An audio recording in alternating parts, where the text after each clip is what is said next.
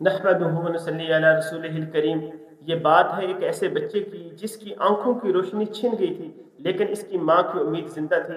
امام بخاری رحمۃ اللہ علیہ، جن کا نام محمد بن اسماعیل بخاری ہے، بچپن میں شدید بیماری میں مبتلا ہوئے اور کچھ ہی دنوں میں ان کی بنائی جاتی رہی۔ ڈاکٹر خاموش، دنیا مایوس ہو چکی تھی، مگر ایک ماں تھی جو ہار ماننے کو تیار نہیں تھی۔ وہ ماں راتوں کو اٹھ اٹھ کر رو رو کر اللہ سے کہتی، اے اللہ، اگر تو نے میرے بیٹے کی آنکھیں واپس لوٹا دی، اس کی بنائی واپس آ گئی، تو میں تیرے دین کے لیے اس کو وقف کر دوں گی۔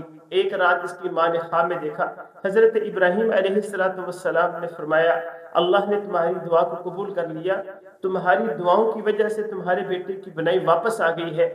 صبح ہوئی تو واقعی امام بخاری رحمۃ اللہ علیہ کی آنکھوں کی روشنی لوٹ چکی تھی، اور پھر اسی بچے نے بڑے ہو کر صحیح بخاری حدیث کی کتاب مرتب کی۔